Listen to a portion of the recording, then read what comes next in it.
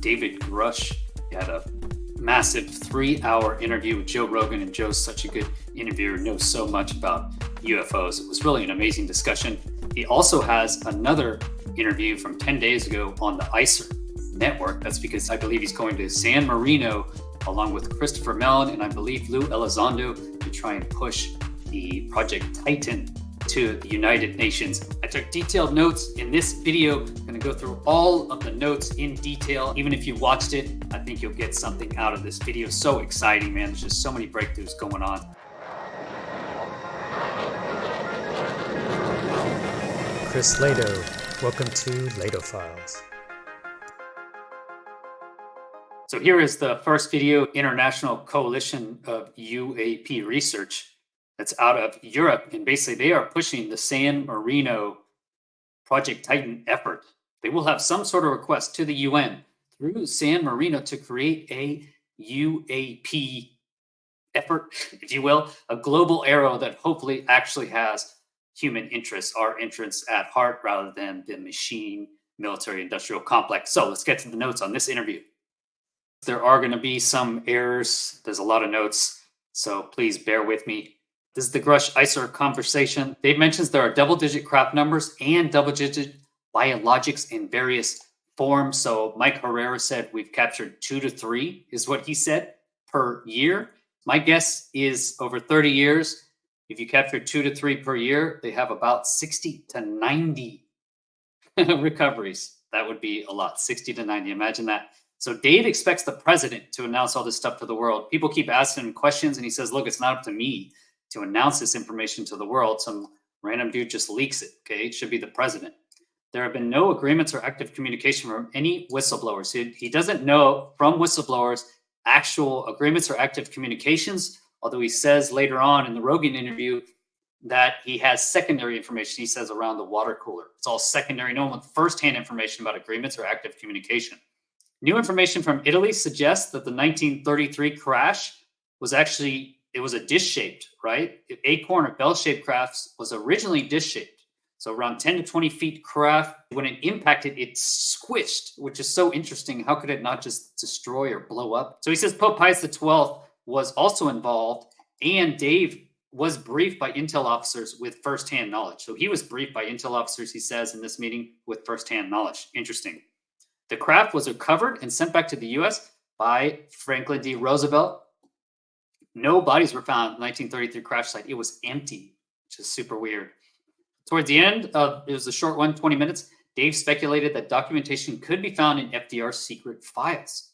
He said he's been trying to get access to FDR's secret files, which may have this in it. He also mentioned that China has a UAP task force. It's, I guess, open knowledge. They have a UAP task force. And he says behind the scenes now, there has been engagement with China and Russia. Okay, so we can assume that they are the world powers. He mentions later in Rogan's interview, at least those 2 countries know about this and have their own crash retrievals. He says more than one. That was the ICER interview. Now let's go to the Grusch Rogan interview. He starts out to give some additional details on the 300-foot triangle. He says it had blue glow around it. The guy's driving in some sort of Toyota, basically to work, and has this 300-foot triangle craft just following him over, basically just over the highway, sounds like, and freaked him out. He didn't tell anyone about it for 5 years. Joe asks, when did you find out about the program? He says basically a man brought him aside and briefed him, showed him all the documentation, told him everything. Sounds like the guy was kind of high up on the retrieval ops. Could it be the same guy that Mike Herrera talked to and went out and visited? That would be my question. Sounds like it could be possibly the same guy. Joe asks, are there crash retrievals prior to 1933? And Dave, he doesn't say yes, but basically he says, yes, you can infer that. He said, you can infer that. So before 1933, we have crash retrievals. And later on, Joe asks how far back. He says pretty far back. It's weird. So I think this is going to relate to archaeological finds. I think you're going to have very, very ancient archaeological finds that are going to have spacecraft. Okay, and this could go to the Nazca mummies. If you think of that, could that be related? I'm thinking kind of something like that. All right, they go talk more about the Italian crash. The Italians called the Germans. Okay, so they called the Germans, hey, do you know what this is? That's how the Nazis found out, and they found nothing in it, which is quite interesting. Joe asked, why was the Pope involved? So Dave's answer, it's basically the Pope is the leader of that area. If you think about it, the Vatican, as far as I understand it, is the longest running intelligence organization, single intelligence organization. So that's why a lot of people think that the Vatican knows, they've known for many years, and they have their own equipment locked up in the basement, which is very large. I've actually been to the basement. It's this huge catacombs of the Vatican. It's amazing. It goes down many, many levels. Pretty creepy. He also mentions, Dave does, that the Pope said we're all God's children a couple of years ago, meaning aliens is okay. And they have the most information about the world going back to most dates. So I think the Pope's involved because he knows. All right, UFO went under Manhattan Project security over the years. So it fell under Manhattan Project security, which Dave says initially makes sense because these things do give off nuclear radiation. That's how they're able to keep it secret. The DoD Office of Pre-Pub and Review, DOPSR, Dave says they're in a pickle because if they redact what he says in his DOPSR request, now they're saying, oh, there's a there, and the agencies inside the government have to say why they're redacting it. So he thinks what they're doing is they're just saying we're not going to redact anything, and we're just going to try and discredit it after it comes out. Joe asks, how many are there? And basically, Dave says he doesn't want to give exact numbers because that will help our foreign adversaries who know about this stuff. There is an arms race going behind. He doesn't want to help them. He does care about the U.S. So he says double-digit numbers of crap, double-digit numbers. He says also a senator admitted it to him in person. That's Harry Reid. We'll get to that in a little bit. Right here, Grusch meets Harry Reid. Interesting here. He says OSAP was for a different reason. This was all interesting to me because the OSAP program just felt something feels wrong with it. We're definitely not being told something because all the DRIDs they came out with, that seems like you could just make that up. Like, hey, we just need to post some information about this. That doesn't require $22 million. That's what I originally thought. It just felt weird. The whole program feels weird. They just gave it right to Bigelow with no other competition. The whole thing sounds sketchy. So in that vein, what Dave says is it was different than what it's been made out to be. He says OSAP was a program ideally created by Harry Reid. The $22 million was actually to build a facility to capture the material, to hold it, bring it there, and then reverse engineer it. Harry Reid was denied access for decades to the program, but he did know about it. He said the OSAP was to house the alien material. Dave says, why did you have to make a bigoted waved SAP by name with people involved? This is the most secure type of SAP you could ever have. I've never even heard of it, to be honest. So why would you make that just to do the DRIDs, which are unclassified, essentially? And he says it wasn't for that. It was to have this material, to hold it. Interesting. Reid, in May 2021, according to David Grusch, in the New Yorker, says Lockheed Martin and CIA have the material. So he outs them right here. Look, Lockheed Martin and CIA have the material. We don't need to go any further. That's who has it. OSAP was to house the material. They actually broke into the craft and gained access. This is according to Lakatsky, noted in a book. My question is, if it was shut down, if OSAP was shut down, they didn't get access to the material, then how did they break into the craft and gain access? I don't really understand this. But in Lakatsky's new book, which I haven't read, I need to, chapter 11, pages 152, 153, according to Dave Grusch, they gained access to the craft. What happened, to the program? The CIA killed the request for transfers. They said, nope, we're not going to do this. Harry Reid was never actually read in. He never saw any material. So they wrote the DRIDs and looked at Skinwalker. This was kind of a cover. Dave says the reason they started looking at Skinwalker is to encourage the CIA, the people that have the real alien materials, to trust them, to give them the materials, and to bring them on the team. It did not work. CIA wasn't interested, and Skinwalker and Bigelow Systems eventually died down. Dave says Lockheed Martin has complained about the tech issue and compartmentalization. Basically, how are we supposed to do this? How do you bring new people on the program? If you imagine the way they do it is they say, hey, I'm going to bring you on the program, but first you got to sign this NDA. First, you got to sign the NDA. Once you sign that, okay, now we tell you your life is screwed. Okay, you are screwed. You can never talk about this or you will have serious repercussions. Serious repercussions. Joe then asks about Bob Lazar, okay? And Grusch basically avoids the question. He does say, yeah, I knew you were going to ask me about Bob Lazar, but he does say there is a lot of frustration with his same compartmentalization, but then avoids it. So I think what he says there is he can't comment on it. Why can't he comment on it? Seems like there is something there. If he knew or was allowed to say something about Balthazar, I think he would have. Maybe it just wasn't approved through Dobser.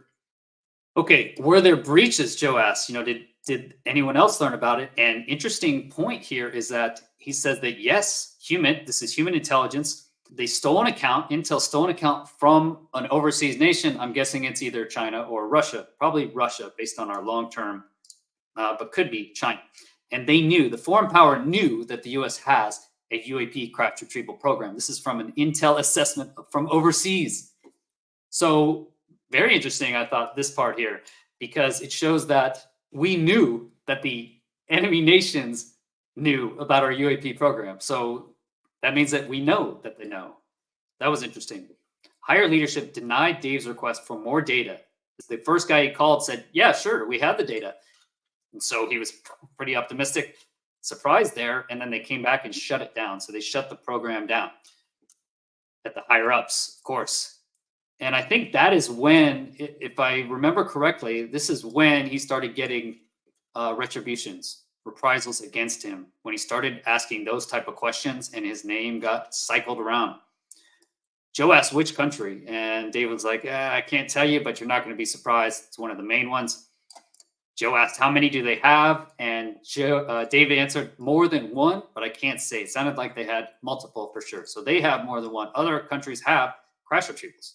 U.S. is not the only one screwing all of us over, basically. Harry Reid never got access. That is amazing to me, right? He was the Senate majority leader. He never got access. Amazing. Okay, then they go into the UAP Disclosure Act. Sounds like he has had some definite input into that. The presidential panel, according to Dave, is really the meat of the act. He thinks this is part of a controlled disclosure, but there is serious pushback from the House. I wrote, what the F? What the F? Okay. There is some serious pushback, and it's so obvious. Here's just the corruption, the blatant corruption. I made a video about this called Follow the Money, UFO Cover-Up. And who did I name in there? I named Mike Rogers by name, and I believe Mike Turner as well. Okay. Mike Turner is the head of the Intelligence Committee in the House. He is from Wright-Patterson Air Force Base, if you can imagine. Wright-Patterson is where they initially flew the Roswell materials. It must be home to much of this program. So this guy, Mike Turner, is funding, according to Dave Grusch, he's funding Tim Burchett's opponent in Tennessee. In Tennessee. What the hell? Mike Turner is funding Tim Burchett's opponent. I mean, can you imagine that? And he's receiving, where do you think he gets his money from? Yep. Mike Rogers is number one on receiving money. 2022, he received the most money from any of our defense contractors. He is the lead of the Armed Service Committee. He's been in there since 2001, 22 years. He is the lead of the Armed Services Committee and received the most campaign contributions from defense contractors of any congressman. His biggest donors are LM, Boeing, Raytheon, etc. Mike Rogers also started the Space Force. He initiated that. I mean, it's just so sketchy. So yeah, Mike Rogers and Mike Turner are definitely a huge problem. And I think follow the money. It's very obvious that these two guys are in the pocket of the defense industry. It's open knowledge. And they're the ones stopping the bill. Awesome. Yep. So call your congressman. Dave mentions Jacques Vallée. So he shows in this next section here that he's just very well read on the UAP phenomena. So he talks about Jacques Vallée's passport book. He mentions Foo Fighters and flying butane tanks in the 50s. So Tic Tacs, etc. He mentions Graham Hancock. He seems to know all of those theories. And we talk a little bit about the holographic principle. He mentioned that in his initial interview with Ross Coulthart, and I believe he also mentioned it at the 26th July hearing, this holographic principle, and he gets into his actual theology a little bit. Dave says information from a higher space can cast a shadow in a lower space, like we cast a shadow onto the ground. He said we don't have a good theory, actually, but Dave does know about Kip Thorne, black hole physics models. He was a physics major, so he's read through many of these things. He can speak to it and learn about it. So he does talk through his own theology. It's like the NDE, the near-death experiencers. He is into that. Quite interesting, and I kind of agree with him on his theory. Okay, Joe asks about, is there communication with the ETs? Where are these agreements? Anytime Dave has talked or asked about this, it sounds like everyone kind of clams up. It's very, very sensitive info. And that's his main question for the president, it sounds like. He also mentions here, it's strange, this is weird, is you don't think they were ever alive sometimes. He mentions this. He's talking about the bodies that they found. And he says, sometimes you don't think they were ever alive. And he says, I'll just leave it at that. You don't think they were ever alive sometimes too. So that is androids. What I'm reading there is this is created. Biologics it is biological, but maybe it's not biological in the sense that we think of biologics. Maybe it is printed biologics. It's kind of the impression I get there. Quite interesting. Now he gets into the reprisals against him. The reprisals against him, amazing. So first, it sounds like right as he started asking those questions that you saw up there, and then they just shut him down immediately. So what did they do? First, they revoked his clearance as soon as possible. And then 3 agencies investigated him simultaneously. He said he doesn't even think that's legal. First, they said it was PTSD from his issues. And then it said he'd mishandled classified. Then he was under a criminal investigation for a few months without him even knowing it. He had to litigate his clearances, which he did. Then also they talk about reprisals. I thought it was against his friends, but that doesn't make sense. It was against his boss, anyone that helped him, that supported him. So his boss at the time, they immediately walked his boss out of the office. They walked him out of the office, out of the building, he said. They revoked his clearance, and then they terminated him. Terminated him as a show of force, is what Dave says, as a show of force. That was his professional, then personal attacks. This is probably the most disturbing part. He mentions this. They showed my wife and I that they can touch us at any time, twice. So I wonder what that comes down to. He says he can't talk about it because the investigation is ongoing. Man, amazing stuff. Joe says, thank you. And he says, yeah, he's doing this and it's a nightmare. So he talks through, basically, he doesn't want to be public. He's not a public person. He internalizes the Air Force motto, integrity first, service before self, and excellence in all we do. My point is, how many of our Air Force leaders are internalizing that motto, integrity first? How can they internalize integrity first and then constantly lie to the population, right? Integrity first. Integrity first. It's integrity first. Like he says, the nightmare. Basically talks about watching his friend Dave Lyon die. He said he watched him die. Terrible, terrible for him. He almost, I think he even teared up as he was thinking about it. Then he says his best friend, Ben Heine, killed himself 28 days after he was best man for David Grusch. His best man, killed himself 28 days, a month after his wedding. Man, that's terrible, right? Dave gave the eulogy. He said he never confided in him. He was having any issues. He knew he had depression, but yeah, had terrible problems. And what he says, interesting here, is that killing people all over the world is messing these people up. The intel officials, 21 years of global war. I can speak to this. As the F-16 pilot, I never had the authority to actually kill or drop a bomb. Okay, so I just pulled the trigger. People on the ground, these intel professionals, I didn't consider it, but that was pushed away. And I kind of justified that, right? If I was ever having to kill anyone, if it was in a plane now, I would be against another fighter pilot. So basically, if they're in a plane with weapons, I'm in a plane with weapons. I consider that basically an evenish fight, okay? Justify it that way. If I'm dropping bombs on the ground, basically, I'm not making the decision to drop that weapon, okay? Unless you're in close contact situation, emergency contact. And then it's the only reason I'm dropping that bomb is because people are shooting at our people, right? So it's obvious that I'm killing combatants that are attacking aggressors. But in this case, when they have this issue with UAV pilots, these intel officers have to decide if this guy is bad enough to remove. And Dave mentions that. I didn't even consider this. But these intel officers, as well as UAV pilots, okay, that's why these people are messed up as well. They watch these people for days sometimes and then decide, someone has to make the decision to kill them, right? To remove these people from the battlefield. If you imagine how many thousands, hundreds of thousands, possibly millions of people the U.S. has killed over the last 21 years of combat, man, these people are bound to be messed up and have some serious issues. The intel officer has to determine the kill list. I mean, it makes sense. I didn't know this. But I always thought it was the commanders that were making those decisions. But why? You would push those difficult decisions down and no judge, no jury, just these guys, right? Does that sound right? No, I don't think so. My point is, if the U.S. is the best and most powerful country, why do we have to sell the most weapons around the world? Why are we so fierce? It's like old grandpa, with the shotgun just sitting on the patio. Okay, I mean, we're the strongest. We're the richest. We've spent the most money on our military over the last 90 years. Can we not be scared anymore? All right, a multi-star general said, why should you get the need to know? This was interesting here. Why should you get the need to know? Implying that multi-star general gets the need to know. Why do these guys get the need to know that we're actually not alone in the whole universe, but they cannot share it to us for national security reasons? This is the dumbest ass reason ever. I know Christopher Mellon, he wrote a recent article saying that we should go slow and should we not disclose? And I would say that is the same thing as asking in 1860 if we should get rid of slavery. The answer is yes.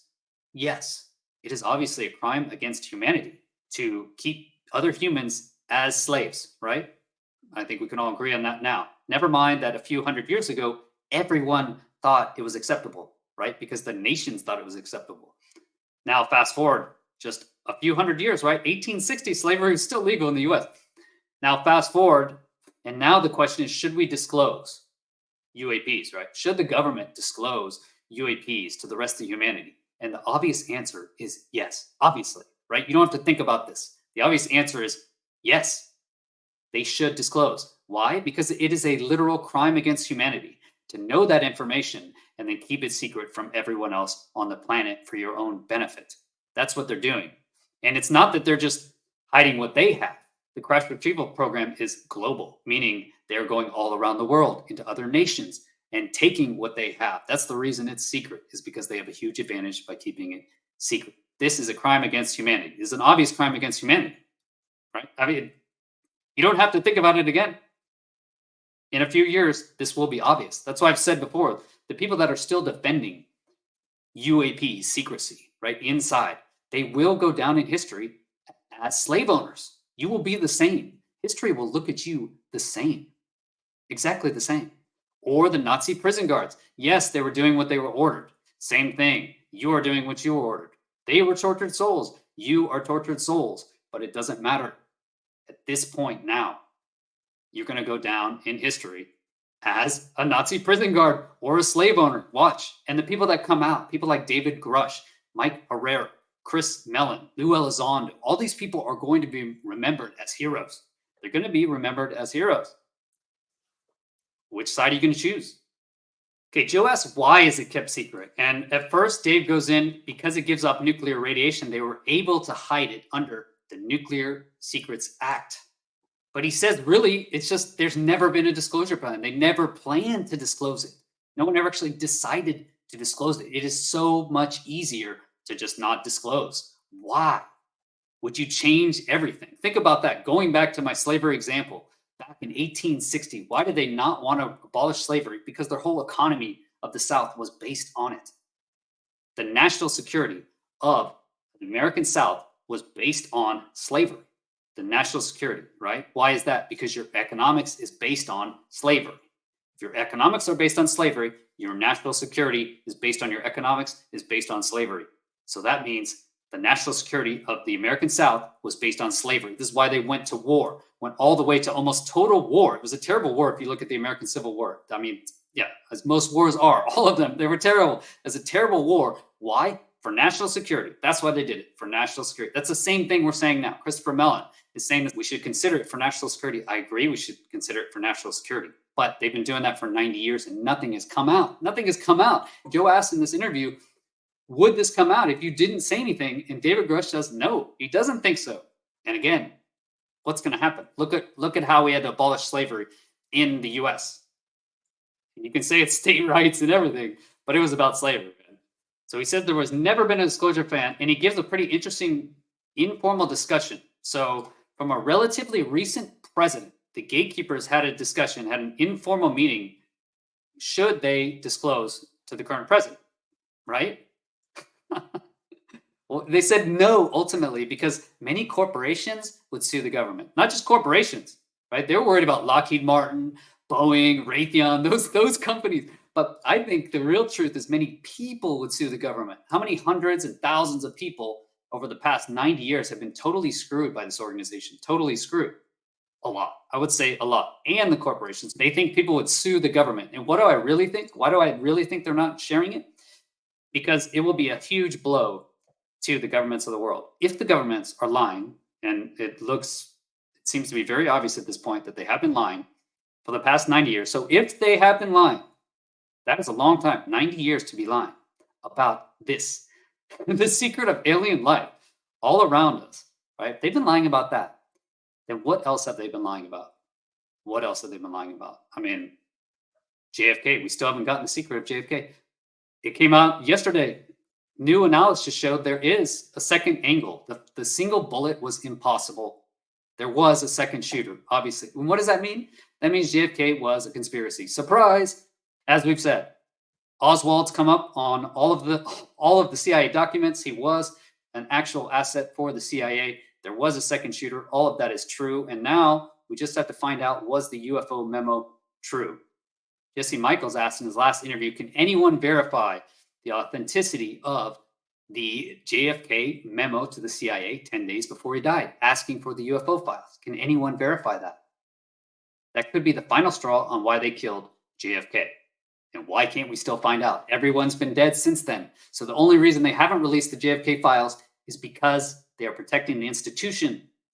This means the institution is protecting itself. Okay, there's another reason I believe we should give amnesty to all these people. It'd be like criminalizing all of the prison guards for doing their due duty, right? For following legal orders.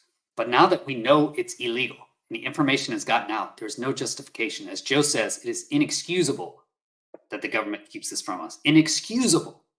Dave says the career government agent doesn't get paid a lot per se, but has secret knowledge as power. So they hold this power. They love it. They got their secret knowledge. He gives a reference. Only 30 people or so are approved access. I think it's just an example, but is that true? Is there really only 30 people that have access to this information? He also says men. Have any women been given access to this information? That would be my first question. Has a single woman ever known this information? My guess is no. You're going to see again. Oh, man, that's the problem. Once this information comes out, once the actual real truth comes out, the U.S. government is going to look so bad. Every government is going to look so bad. It's going to show that they actually probably don't have our best interests in mind. And that is going to hurt a lot. And this is why they need to get ahead of this very quickly. How many bodies or entities is what Joe asked. And he says in line with crash retrieval. So he can't really give an exact number, but he says high double digits is what he said. It's up in the double digits. We have some ideas of biological physiology. In DC, Grusch brought people who work on the program. He brought those people to Congress and they briefed everyone. He said that, man, these guys, the staffers had ontological shock, wide open eyes. And that is why the Schumer legislation has ultimately gone through. So he must have briefed the senators and their aides. And I guess those people, talking to them direct, people with actual biologics information, that's what changed their mind. Grusch mentioned he started the Soul Foundation with Gary Nolan. Awesome. Joe starts talking a little bit more. He tells a story about Jackie Gleason and Nixon. So allegedly Nixon was a huge Jackie Gleason fan. He was a little drunk. Nixon flew Gleason out somewhere into the desert and showed him a retrieved craft and frozen biological entities. After that, Gleason became the UFO nut. So I hadn't heard of this, but yeah, interesting stuff. So we have reports of biologics. How many? He said around the number, around the retrievals. So it makes sense. Have there been any interactions? Water cooler talk, but it was all secondary info. How far back did they go? Any sort of crash retrievals go? And he said, pretty far back. It's pretty weird. So before 1933, we know for sure. How far back? I'm guessing thousands of years. I think that's what's going to blow everybody's mind as well, is that they have archaeological finds from thousands, tens of thousands, hundreds of thousands of years ago. Who knows? In a video on American Alchemy, Barry Goldwater called Curtis LeMay and asked about the cold room of biologics. Dave tells this anecdote. LeMay got madder than hell, according to Barry Goldwater. Okay, so why do you get madder than hell at him? Dave then mentions, he says to John Podesta, I'm here to help and champion the president's talk to the nation. So basically the president needs to get out there, get in front of this topic. Podesta, he helped Leslie Kean. Actually, he worked with her and helped bring about the first 2017 article. I've interviewed Leslie Kean. She talks about Podesta in my last interview with her, if you want to check that out. Podesta is now in the White House, and this could be a key player in this UAP disclosure. Dave then talks about Mike Stossel's interview of Mike Pompeo. Pompeo was a CIA director. He's retired now. But 2 years ago, he's also asked about JFK, and Pompeo dismissed it. He said, yeah, JFK, yeah. But he said, I've seen the UFO file too, and we have bigger problems. Dave said he should clarify what he said 2 years ago. That is a great point. I've seen the UFO file too, and we have bigger problems. We certainly do. Dave suggests that Russia asked Iran to attack through Hamas to Israel to open a second front in the war. I was actually interested to hear Dave's impression of all the wars. He didn't really think we should be in them, was my impression, but curious to get more information. Dave says he has been an amateur astronomer since childhood, mentions iridium flares. This is quite interesting. So he does know a lot about space in the sky. He goes through a anecdote about a mountain lion, right? A lower predatory sentience. Basically, if we know there's a mountain lion, it's a lower sentience, but it is more dangerous. So I'm going to fear that mountain lion. And he uses this as an anecdote: is could they be like that? Could we be the dangerous mountain lion with nukes, to these whatever higher order beings? Yeah, we could be monkeys with nukes. Joe says, could we be a product of an experiment? He does say here what he thinks in this interview. Quite interesting. Dave then mentions the Stargate program. He says Pat Price did it, and Gary is looking into it. This is remote viewing. So the Stargate program was all about remote viewing. Sounds like Gary Nolan is looking into that more. That's awesome. He explained he's talked with Hal Puthoff about remote viewing. So it sounds like Grusch is integrated with Hal Puthoff, all those guys. Grusch explains John Mack was also studying remote viewing. He wrote a book on it. And he mentions another book on NDEs that he really likes. Joe asked, and Grusch espouses the NDE classics. Okay, so this is where he goes through his theology. We're all one, right? The separateness of us is an illusion. There's a lot of love. And it sounds like there is an afterlife. Now he believes some sort of version of the one holographic universe. Dave mentions that when Eric Weinstein calls me, if he calls me in the morning, it hurts my brain. So I guess they're talking to each other on the phone. Dave also read Cosmos and Stephen Hawking as a boy. Again, he was a physics major. Dave mentions the Pope or Vatican said God paints with a broad brush just a few years ago. I was very surprised by that as well. How is the Catholic Church now just going to say, yeah, there's probably other beings from other planets? That seems so fine. One of the most conservative and ancient organizations on the earth says, yeah, that's fine. Okay, Joe extrapolates on his evolution actually very well. I mean, pretty amazing. Joe Rogan shows here why he's the top podcaster out there, and he knows so much about UFOs, and he listens so well. So it was really a great interview. But Joe says he thinks the universe is God. He extrapolates evolution and says we will iterate AI. Basically, that we have been put here as a seed almost, or he speculates that we've been put here as a seed to create AI. Like that was ultimately always going to be the answer. And I have to agree with almost everything Joe says. Like I said, he pontificated amazingly well. He says it's inexcusable to keep the UAP information from the public, just inexcusable. And I believe you're going to go down in history. Everyone hiding the secret is going to go down in history next to slave owners and Nazis. Honestly, Grusch had the overview effect after learning about this, ontological shock and then an overview effect. How could he care about Russian troop movements now that he knows we're not alone? We're not alone. And everyone that goes up there in space says this, the overview effect, we're not alone. Could this change our squabbles, our dumb human squabbles over limited resources, when we obviously have enough energy and resources to go around on this planet? Everything's going to change in the next 20 years for the positive, as long as we don't freak out. Just don't freak out. Okay, just stay cool. It really will be awesome if we can just not freak out. And I'm talking directly to the US. It's really the US has the power here to make a clean transition to the future or to make it a dirty transition to the future. But either way, it's going to transition. Dave says the documents were authentic and the people were earnest and credible. That's why he had to change his mind. He says we have a disclosure plan up to the year 2030, and that's from the UAP Disclosure Act, the Schumer Act. Okay, Dave brings up, what if another nation discloses this first? So Russia and China already know, at least. Probably other nations. I've heard France. I have good intel that France actually knows. They said the Cometa report. And so our allies know. All the countries know. It's just you and me, people on the ground, living in this confusing world that just don't know about this, okay? That's so we know. So what if another nation what if China says, you know what? Aliens are real. Here's our proof, and we are going to share our information with the world. Now, all of a sudden, China becomes the lead nation. They become the lead sovereign nation. What if that changes how the aliens actually look at us, right? So this information sounds like it is coming out. Will the US be the first to actually bring it out? There was an informal discussion with a previous president, like I mentioned. Should we disclose? They said no litigation issues. Many people would sue the government. Yes, they are going to. Dave hopes Biden has been briefed on aliens. Dave said that Harry Reid told him that he would call Biden and talk with him about aliens, and he talks with him every week. Unfortunately, Harry Reid is now dead, so we don't know if he actually did talk to the President Biden, but I would assume he did. Dave says he would be happy to brief Avril Haines, she's the director of National Intelligence Agency, DNI, on the program. Dave says she is entitled to all U.S. intelligence according to 50 U.S. Code 3024. And this would be my question. Has any woman been briefed on this program? Any single woman? If Avril Haines hasn't, she might be the first. Even better here, she should get briefed. Dave mentions now she should get briefed by the CIA director.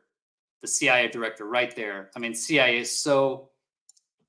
Oh, man. CIA should just be closed after this. That's why they don't want to talk about it, because they know they're going to be shut down.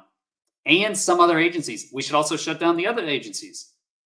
Joe thanks him for his sacrifice, and Dave says, thanks. It wasn't easy. He says it wasn't easy. Can you imagine that? When's the last time you said that? Someone on national television said, thanks for your sacrifice. And you're like, you know what? It wasn't that easy. It doesn't sound like it's easy. And it sounds like the two Mikes, Mike Turner and Mike Rogers, are holding this back. And who else is involved? CIA director, along with some other agencies. My guess is the NSA, Department of Energy. There's also been FBI, should know about this. It's probably across most of our organizations. Really was an amazing interview. I recommend highly you guys watch it. Link is in the description. Joe Rogan makes some amazing statements as well. David Grusch is right on the ball. He's so smart. He's so educated. He's so credible. I think he does have the best interests of America in heart, as well as the rest of the world. Personally, I think we have to disclose. As Joe says, it is simply inexcusable that a few people are going to know this information. If it doesn't come out after this, then I have to assume personally that actually it is them. It is the aliens or the other beings that are keeping us from knowing this information. That's it. I really think if that is the case, then it means that our government has been compromised by these other alien beings. But let me know what you guys think. What was your favorite part of the Joe Rogan interview? Let me know in the comments. If you want to support the channel, become a YouTube member. It's only $3 a month. I read those comments first, and you can get early access, or go to patreon.com/Chris Lato. Remember, it's always free to like and subscribe on these videos. Don't forget about the UAP contest. Hashtag UAP DSci ends November 30th. Someone out there is going to win $1,000, and another person is going to win $500 in Ethereum. If you want to check those out, just search hashtag UAP DSci, and you can see everyone else's inputs, and then maybe put your own in. Somebody's going to win. It's just the idea. If you have the best idea, it doesn't need to be the best video. You can win. Move this discussion forward. It's going to be tough to trust the governments moving forward. It all needs to be open source and transparent, and for the good of humanity and the planet. Thank you so much to David Grusch. Thanks to Joe Rogan for just doing an amazing interview. Thanks to the ICER team going out there to San Marino. And thank you for watching. It's really public action is going to make this change. So call those guys. Call the Mikes. Have a great rest of your day. Take care. Peace.